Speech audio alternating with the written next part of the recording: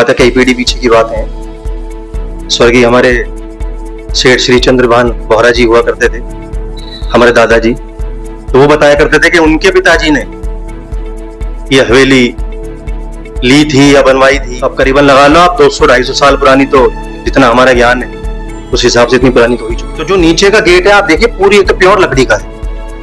अब आप सोचिए 250 साल पुराना लकड़ी का गेट, आज लगवाइए दीमक लग जाती है। वो 250 साल पुराना दरवाजा है और उसमें कम से कम नहीं तो आप मानिए 10 से 12 तरीके के लॉक हैं, जो इमरजेंसी में आप इस तरह से बंद कर दीजिए कि सामने में कोई यही पता लगेगा ये लॉक दरवाजा खुलेगा कहां से। और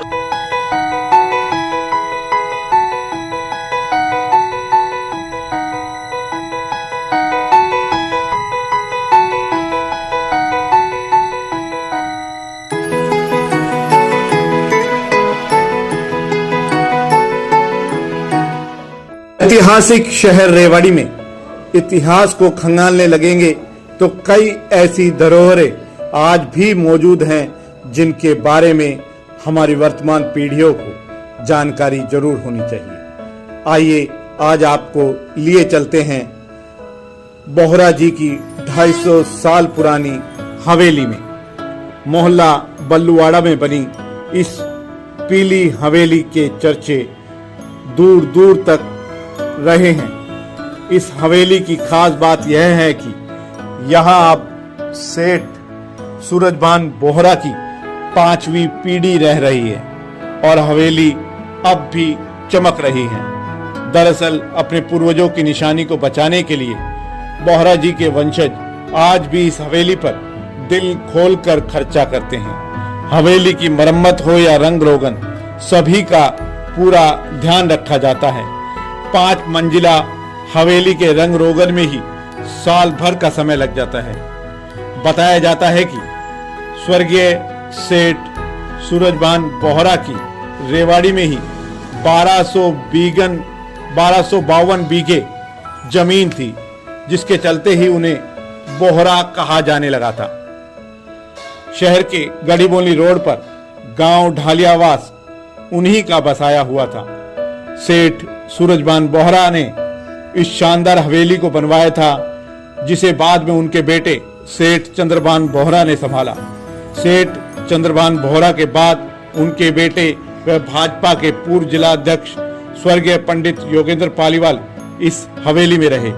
चूंकि पालीवाल जनसंघ और भाजपा के वरिष्ठ नेता रहे, इसलिए भाजपा के think tank Govindacharya, fire brand leader Uma Bharti, Pandit Ramvilas Sharma, Bhajpa के पूर्व प्रदेश अध्यक्ष ओम प्रकाश ग्रोवर सहित अन्य नेतागण अक्सर इस हवेली में बैठकों का दौर करने के लिए आते रहते थे। वर्तमान में स्वर्गीय योगेंद्र पालीवाल के बेटे भारत पालीवाल और भाजपा के जिला महामंत्री हिमांशु पालीवाल अपने परिवार सहित इस हवेली में रह रहे हैं। हवेली की दीवारों पर शानदार पेंटिंग बनी हुई है, जिन्हें दोबारा सही कराने के लिए जोधपुर व जैसलमेर से कारीगर बुलवाए जाते हैं। वहीं बैठ महल, जहां बैठकर बोहरा जी कभी लोगों की समस्याएं सुनते थे, वो भी आज मौजूद है।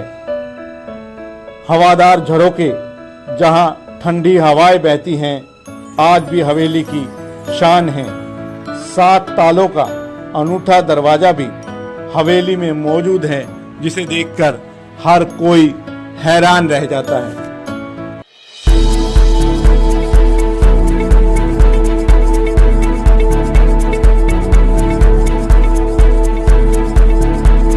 भाई देखो, बनवाने का तो हमारे दादा बताया करते थे, क्यों हमारे सामने की बातें हैं नहीं, बहुत पुरानी, कई सालों की बात है, कई पीढ़ी पीछे की बातें हैं। स्वर्गीय हमारे सेठ श्री चंद्रभान बोहरा जी हुआ करते थे, हमारे दादाजी। तो वो बताया करते थे कि उनके पिताजी ने ये हवेली ली थी या बनवाई थी। सूरजभान जी थे उनके पिताजी, हमारे दादाजी के। तो अब आप ये लगाइए कि हमारे दादाजी को स्वर्गवास हुए 30 साल हो गए और 90 साल उनकी आयु थी, और उनके भी पिताजी ने बनवाई थी। तो अब करीबन लगा लो आप 200-250 साल पुरानी, तो जितना हमारा ज्ञान है उस हिसाब से इतनी पुरानी तो हो ही चुकी है। पहले की चीजें है ना, बड़ी मजबूत बना करती थी। पहले के कारीगर भी बड़े कमाल के हुआ करते थे। तो जो नीचे का गेट है आप देखिए पूरी तो प्योर लकड़ी का है, और आप सोचिए 250 साल पुराना लकड़ी का गेट आज लगवाइए दीमक लग जाती है, या लकड़ी पे आप एक ढंग से कुछ प्रेस भी कर दो तो शायद लकड़ी टूट भी जाती है, और वाटर प्रूफ पता नहीं क्या क्या चीजें आती हैं। वो 250 साल पुराना दरवाजा है, और उसमें कम से कम नहीं तो आप मानिए 10 से 12 तरीके के लॉक हैं, जो इमरजेंसी में आप इस तरह से बंद कर दीजिए कि सामने भी कोई नहीं पता लगेगा ये लॉक दरवाजा खुलेगा कहां से। और उसकी खासियत सबसे बड़ी ये है कि ये 5 मंजिला हवेली आपने देखी है, अगर नीचे दरवाजा कोई खोलता है तो अगर हम छत पे भी बैठे होते हैं तो हमें ये पता लग जाएगा कि नीचे का दरवाजा खुल रहा है। ये कचहरी तो देखो हमने भी अपने टाइम में देखी है जब हम छोटे हुआ करते थे। तो करीबन मैं आपको 35-40 साल पुरानी बात बता रहा हूँ, मेरी उम्र भी आज 45 साल की हो रही है।